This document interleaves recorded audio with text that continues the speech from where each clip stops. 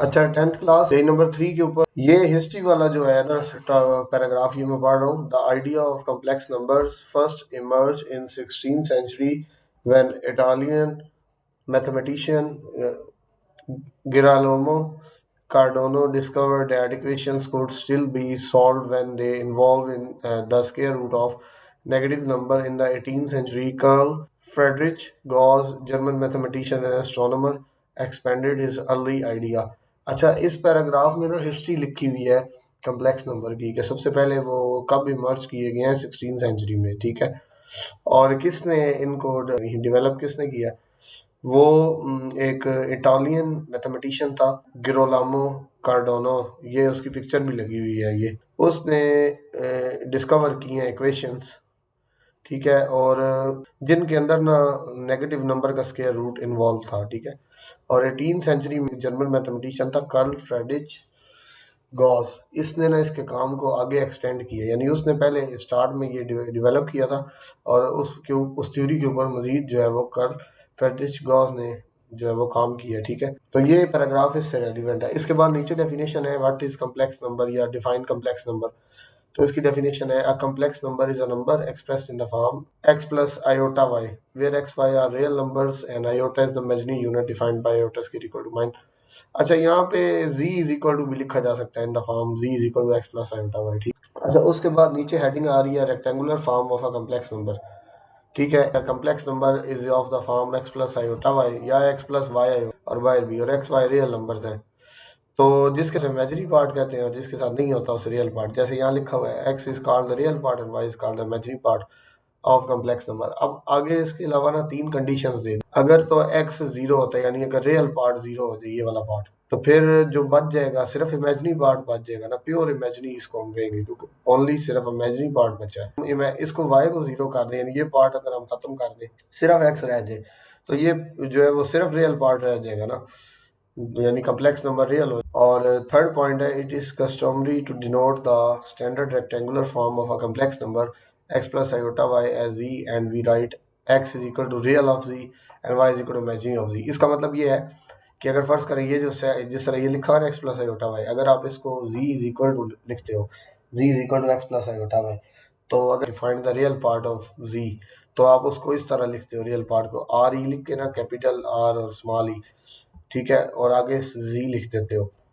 तो x इसका answer आता है x। यानी अगर इस के अंदर हम देखें ना इसमें कि रियल पार्ट कौन सा रियल ऑफ z तो वो x होगा, और अगर आई एम यानी इमेजिनरी ऑफ z लिखें तो वो क्या आएगा y आएगा, ठीक है।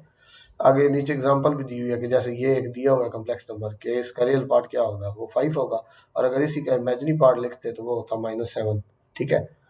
अच्छा इसके बाद ये ना आपने याद करना है, ये ऊपर वाली डेफिनेशन याद करनी है, ये आपने कॉन्सेप्ट है, इसको आपने एज अ ऑब्जेक्टिव माइंड में रखना है, और ये लाइन भी आपको ये कंडीशंस और ये चीज़ें आनी चाहिए, ठीक है। नेक्स्ट है इक्वालिटी ऑफ कम्प्लेक्स नंबर्स। अच्छा 2 कम्प्लेक्स नंबर्स, यानी अगर हम 2 कम्प्लेक्स नंबर ले लें, एक को z1 कह दें x1 प्लस आयोटा y1 और दूसरे को z2 कह दें x2 plus iota y2 are said to be equal. दो कम्प्लेक्स नंबर्स कब इक्वल होंगे, ये हमने बहुत सारे क्वेश्चंस भी किए हैं। इफ एंड ओनली इफ, अगर रियल पार्ट जो है वो एक कम्प्लेक्स नंबर का, अभी तक कितने क्वेश्चंस किए हैं उसमें हमेशा एंड पे एक कंडीशन आती है कि 2 कम्प्लेक्स नंबर आर इक्वल, तो फिर उनके रियल और इमेजिनरी पार्ट इक्वल होंगे। तो ये वही चीज़ बताई जा रही है कि अगर फर्ज करें एक कम्प्लेक्स नंबर z1 है और दूसरा z2 है तो वो कब आपस में इक्वल होंगे। लिखा हुआ ना इफ एंड ओनली इफ, इसकी जगह IFF भी लिख सकते हैं, ये वही चीज़ है, ये कंडीशन होती है। तो रियल पार्ट अगर फर्स्ट कम्प्लेक्स नंबर का दूसरे रियल पार्ट के इक्वल हो और imaginary part first complex number का दूसरे इमेजिनरी, इट मीन्स अगर इसको देखें डेट इज, यानी मैथमेटिकली क्या बनेगा, ये ऊपर x1 यानी x2 के इक्वल हो और y1 जो है y2 के इक्वल हो। अब वही लिखा हुआ नहीं। फॉर एग्जांपल अगर alpha plus iota beta, alpha beta just हमने रिप्रेजेंटेशन के लिए लिखे हैं, यानी जिस तरह एक्स वाई होता है, अगर x alpha plus iota beta -2 + 5 है आयोटा है और ये दो कम्प्लेक्स नंबर इक्वल है तो अल्फा फिर -2 होगा और बीटा क्या होगा 5 होगा। ये वही चीज़ दी हुई है, ठीक है। ये आपने याद करना है इसको, ठीक है। अब 1.2 एक्सरसाइज की बात हो रही है, ये आपको नजर आ रही होगी scalar multiplication of complex numbers, ठीक है। अब यहाँ लिखा हुआ है कि if z is equal to x plus iota y and k belongs one, यानी अगर एक कम्प्लेक्स नंबर आपको दिया हो और कोई एक रियल नंबर ले लें, यानी कोई एक नंबर ले लें जैसे के हो गया, देन वी डिफाइन के जी, यानी अगर किसी भी नंबर को आप कम्प्लेक्स नंबर के साथ मल्टीप्लाई करवाओ, लाइक ये लिखा हुआ है ना z is equal to x plus iota y, अगर आप दोनों तरफ के से मल्टीप्लाई करो, लाइक इधर शुरू में के लिख दें के जी, और ब्रैकेट लगा के इधर भी के लिख दें, ठीक है। तो जब इसको सॉल्व करेंगे तो वो बनेगा के एक्स प्लस के आयोटा वाई, ठीक है। के वाई आयोटा, ये वही चीज हुआ है, के जी इज इक्वल टू के एक्स प्लस के वाई आयोटा, या के एक्स प्लस आयोटा के वाई, यानी आयोटा पहले लिख लेंगे, आयोटा बाद में लिख लेंगे, जस्ट एक रिजल्ट है। और ये नीचे एक डायग्राम शो की हुई है के जी के लिए, कि के टू हो, के वन बाई टू हो, के माइनस हो, यानी के की वैल्यू बता रहा है कि उसके ग्राफ इस टाइप के बनेंगे। देखिए अगर प्लस टू है, सिर्फ टू लिखा हुआ है, के इज इक्वल टू, तो पॉजिटिव है, तो फिर तो जीरो से स्टार्ट होकर positive x axis y side पे जाएगा। अगर वन बाई टू है यानी हाफ है, तो ये वो हाफ हो गया ना, अगर फर्स्ट करें यहाँ एक्स इक्वल टू वन है और यहाँ टू है, तो ये हाफ हो गया, और इसका ग्राफ स्ट्रेट लाइन होता है, यानी ये स्ट्रेट लाइन ही बनी हुई है। और अगर माइनस में होगा तो फिर आपको पता है एक्स इस नेगेटिव वाली साइड पे एक्स पे जाएगा। ये जस्ट आपने पढ़ना है इसको, ठीक है। अब इसके बाद हमारे पास नेक्स्ट आगे अगर हम जाएं, तो ये हमारे पास एक हेडिंग आ जाती है addition of two complex numbers. यानी अगर दो कॉम्प्लेक्स नंबर ले लें, लाइक एक z1 है x1 प्लस आयोटा y1 और z2 x2 plus iota y2, ठीक है। अब ये सारे x1 x और y जो हैं, ये दोनों, ये सारे रियल नंबर्स हैं, x1 x2 y1 y2, ये सारे रियल नंबर हैं। तो अगर हम इन्हें ऐड करेंगे दोनों को, तो रियल पार्ट रियल में ऐड होगा और इमेजिनरी पार्ट इमेजिनरी में, यानी आयोटा कॉमन आ, ठीक है। अब ये जस्ट एक फिगर पैरेललोग्राम के लिए लॉ ऑफ एडिशन, ये वही चीज है, इसको करने की जरूरत नहीं है, ये जस्ट ये ऊपर वाला रिजल्ट ही करना है आपने, ये नीचे वाला नहीं करना। अच्छा, उसके बाद नीचे दी हुई है हिस्ट्री। अब यहाँ हिस्ट्री दी हुई है कि the fundamental rules for addition, subtraction, multiplication and division of complex numbers were formulated by Italian mathematician Rafael. ये ऑब्जेक्टिव में आ सकता है कि जो फंडामेंटल रूल है एडिशन, सब्ट्रैक्शन, यानी प्लस माइनस मल्टीप्लाई डिवाइड, इसके जो रूल हैं कॉम्प्लेक्स नंबर्स के, वो किसने फार्मूलेट किए? तो वो एक इटालियन मैथमेटिशियन, अब वो पिछला भी इटालियन मैथमेटिशियन था, लेकिन वो और काम था उसका। ये राफेल बम्बिली है, इसका एरा दिया हुआ है 526 टू 572, इसने ये चीज फार्मूलेट की थी।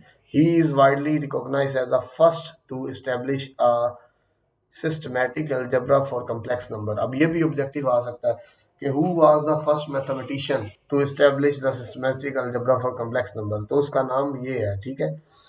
अच्छा, ये बाकी एग्जांपल्स जो हैं वो मैंने आपको पहले ही बताई हैं कि आपने कर लेनी है, आपको जो बुक प्रोवाइड की है मैंने शॉर्ट उसमें शॉर्ट फॉर्म में। अच्छा, उसके बाद नीचे है, ये सिर्फ आपने पढ़ना है, ठीक है, सब्ट्रैक्शन ऑफ कॉम्प्लेक्स नंबर्स, ठीक है। If z1 is equal to x1, यानी फिर दो कॉम्प्लेक्स नंबर दिया हुआ है और ये रियल नंबर्स हैं, तो अगर माइनस करेंगे तो सिंपल माइनस वाला आपको क्वेश्चंस करवाए हैं, जस्ट ये है कि रियल पार्ट में माइनस होगा और प्लस आयोटा लिख के कॉमन लेके इमेजिनरी पार्ट में, ये वही चीज लिखी है। अच्छा, एक और चीज है, z1 माइनस z2 को हम इस तरह भी तो लिख सकते हैं, z1 प्लस लिख के माइनस z2 को ब्रैकेट में लिख दें, ये जस्ट एक वैसे उसने बताया हुआ है, ये रिजल्ट करने की जरूरत नहीं है आपको, ठीक है। अच्छा, ये लिखा हुआ है स्केल प्रैक्टिस, आपको नजर आ रहा होगा कि if z1 minus z2 is equal to 4 plus 6 iota and z2 is equal to 3 minus 2 iota, then find z1। ये जस्ट एक क्वेश्चन दिया हुआ है, क्या z1 माइनस z2 की वैल्यू दी हुई है और z2 दिया हुआ है, तो z1 फाइंड करें, तो ये कैसे फाइंड आउट होगा?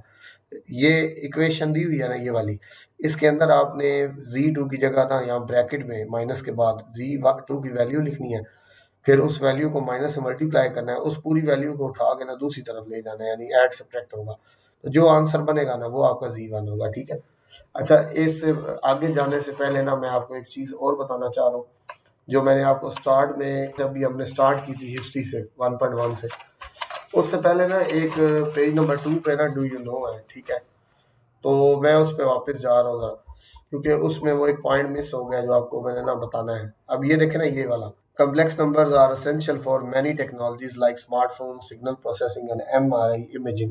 ये ज़रूरी भाई किन चीज़ों के लिए ज़रूरी है, ये टेक्नोलॉजीज किन में यूज़ होता है, यानी तो ये है यूज़ इसका, लाइक स्मार्टफोन में होता है, सिग्नल प्रोसेसिंग में और MRI इमेजिंग में, तो ये आपको याद होना चाहिए, ठीक है। अब वापस उसी पेज पे आ जाते हैं हम। अच्छा, यहाँ तक सब्ट्रैक्शन तक और ये हो गया हमारा, ठीक है। अब नेक्स्ट पेज पे आ जाए, ये हमारे पास नेक्स्ट पेज है, multiplication of two complex number. ये वही चीज है कि दो कॉम्प्लेक्स नंबर ले ली हैं z1 z2, उन दोनों का प्रोडक्ट, ये क्वेश्चन भी मैंने आपको साइन किया, क्वेश्चन नंबर 4, ये उसी तरह सिंपल मल्टीप्लाई, ब्रैकेट ओपन करो, x1 लिख के ये पूरी वैल्यू आगे, फिर प्लस आयोटा वहाँ लिख के दूसरी वैल्यू आगे, आगे से सिंपल मल्टीप्लिकेशन है, ये याद करने की जरूरत नहीं है, जस्ट एक रिजल्ट है हमें। अच्छा, इसके बाद ना नीचे डिवीजन आ रहा है, ये आपके पास अब डिवीजन में Z1 और Z2 दिए हुए हैं वही दो, तो Z1 ओवर Z2 इस तरह होता है, और नीचे वाले का कॉन्जुगेट आपको पता लेते होते हैं रैशनलाइज करने के लिए। तो ये वो कॉन्जुगेट लेके सिंप्लीफाई किया हुआ है, ये करने की जरूरत नहीं है, ये जस्ट मैंने आपको बताया कि एक रिजल्ट्स बताए हुए हैं कि इस तरह से क्वेश्चंस को सॉल्व। अच्छा आगे ये सिंप्लीफाई है, ये आप कर लीजिएगा, स्किल प्रैक्टिस क्वेश्चन है कि इन दोनों का प्रोडक्ट लो। तो सिंपल प्रोडक्ट कैसे लेते हैं ये देखें, गौर से देखिएगा। ऊपर वाले दोनों को मल्टीप्लाई करना है आपने, ठीक है, और मल्टीप्लाई करके ओवरऑल ऊपर जो भी आंसर आएगा और नीचे 3 माइनस आयोटा, फिर रैशनलाइज कर देना, 3 प्लस आयोटा से मल्टीप्लाई डिवाइड करके आंसर आ जाएगा। और यहाँ पे लिखा हुआ है फाइंड द कम्प्लेक्स नंबर जी फाइंड करना है। अगर ये क्वेश्चन दिया हुआ है तो सिंपल इसमें क्या होगा, 2 प्लस आयोटा पे ब्रैकेट लगानी है और 3 माइनस आयोटा पे, इधर 2 प्लस आयोटा डिवाइड है, इधर आगे क्या होगा, मल्टीप्लाई होगा, आगे मल्टीप्लाई दोनों को करें, दोनों ब्रैकेट्स को, जो आंसर आएगा वो आपका क्या होगा, जी होगा। तो ये इजीली आप लोग कर लेंगे, ठीक है। अच्छा इसके बाद ना ये हमारे पास पेज नंबर है, पेज नंबर 7, यहाँ पे प्रॉपर्टीज हैं कम्प्लेक्स नंबर्स की, ठीक है। अब ये प्रॉपर्टीज देखें जी, the complex number satisfy the following properties under addition, यहाँ पे सारी एडिशन की प्रॉपर्टीज आ रही हैं इस कॉलम में, और इस दूसरे में मल्टीप्लिकेशन की। अच्छा सबसे पहली प्रॉपर्टी है कोलियर प्रॉपर्टी, कि अगर कोई से दो कम्प्लेक्स नंबर लें Z1 और Z2, तो फिर उनका सम भी कम्प्लेक्स नंबर होगा। और इधर देखिए आप प्रोडक्ट में, अगर इधर सम है तो इधर मल्टीप्लाई आ जाएगा। अगर कोई से दो कम्प्लेक्स नंबर हो तो उनका प्रोडक्ट भी क्या है, कम्प्लेक्स नंबर। ये पहली दोनों की कोलियर प्रॉपर्टी थी, ठीक है। अब कॉमोटेटिव प्रॉपर्टी, दोनों कॉमोटेटिव का पता है ना कि 1 plus 2 is equal to 2 plus 1, या 1 multiply by 2 is equal to 2 multiply by 1, आपने पढ़ा हुआ है रियल नंबर्स में 8 क्लास में पुरानी में। अच्छा यहाँ पे दिया है अगर दो कम्प्लेक्स नंबर हो Z1 Z2, तो Z1 प्लस Z2 करें या Z2 प्लस Z1 करें, दोनों इक्वल होते हैं। सेम इसमें भी वही होगा, सिंपल मल्टीप्लाई का साइन आए। अब एसोसिएटिव में 3 होते हैं, यानी Z1 Z2 Z3, तो उसमें क्या होता है कि सीक्वेंस में लिखना है आपने, मतलब सीक्वेंस में लिखा हुआ, सीक्वेंस नहीं चेंज करते एसोसिएटिव में, पहले 1 पे 2 पे 3, ये लिखा है पहले इन दो पे ब्रैकेट एक दो, दूसरे और तीसरे पे ब्रैकेट लगा दो, यानी ये दोनों इक्वल होंगे। सेम मल्टीप्लाई में होगा, जस्ट यहाँ मल्टीप्लाई साइन, यहाँ मल्टीप्लाई साइन, यहाँ मल्टीप्लाई, यहाँ मल्टीप्लाई, हूबहू वही चीज है, ठीक है। अब फिर है एडिटिव आइडेंटिटी। एडिटिव आइडेंटिटी आपको पता है कि जीरो होती है, यानी zero is a complex number. आगे एक रिव्यू में क्वेश्चन भी आना है, वो बाद में करेंगे, कि जीरो को हम लिख सकते हैं एज अ कम्प्लेक्स नंबर। कैसे, जीरो को लिखा जा सकता है 0 प्लस 0 आयोटा, ठीक है, यानी हर कम्प्लेक्स नंबर जी के लिए जी प्लस जीरो का मतलब भी जीरो है, 0 प्लस जी हो या जी प्लस जीरो एक ही चीज है, और आंसर ओवरऑल क्या आना है, जी आना है। यानी जीरो जो है वो एडिटिव आइडेंटिटी है, और इसमें 1 होगा मल्टीप्लिकेटिव, यानी ये कम्प्लेक्स नंबर 1 को लिखा जा सकता है 1 प्लस जीरो आयोटा, यानी हर कम्प्लेक्स नंबर के लिए जी को 1 से मल्टीप्लाई करें या 1 को जी से करें तो आंसर फिर भी क्या आता है, जीरो जी। तो फिर जो कम्प्लेक्स नंबर है 1 वो मल्टीप्लिकेटिव आइडेंटिटी है, और जो कम्प्लेक्स नंबर 0 बनेगा वो क्या होगा, एडिटिव आइडेंटिटी होगा, ठीक है। अच्छा इसके बाद ना हमारे पास एडिटिव इनवर्स की बात हो रही है और मल्टीप्लिकेटिव, इससे रेलिवेंट क्वेश्चन आपने किए हैं। कोई भी कम्प्लेक्स नंबर हो ना जी, तो एक कम्प्लेक्स नंबर माइनस जी एग्जिस्ट करता है, एडिटिव में माइनस जी होता है और मल्टीप्लिकेटिव में 1 ओवर जी, वो बाद में देखते हैं उसको, कि अगर हम दोनों का सम लेना जी प्लस माइनस जी तो जीरो आना चाहिए। यानी एडिटिव इनवर्स कब, अगर एडिटिव इनवर्स सॉल्व करें तो एडिटिव आइडेंटिटी आंसर आता है, यानी अगर एक नंबर जी है तो उसका एडिटिव इनवर्स माइनस जी, दोनों को ऐड करेंगे तो जीरो आना, यानी एडिटिव आइडेंटिटी आता है, ठीक है। माइनस जी को कहते हैं एडिटिव इनवर्स ऑफ जी, ये याद करनी है आपने। और दूसरा मल्टीप्लिकेटिव इनवर्स, अगर कोई भी नॉन जीरो कम्प्लेक्स नंबर हो, नॉन जीरो का मतलब जीरो ना हो, अगर जीरो होगा तो रिजल्ट जीरो हो, तो एक और कम्प्लेक्स नंबर होल्ड करता है, लाइक उसने उसको डब्ल्यू का है, 1 ओवर जी भी कह सकते थे, उसने डब्ल्यू कह दिया, कोई इशू।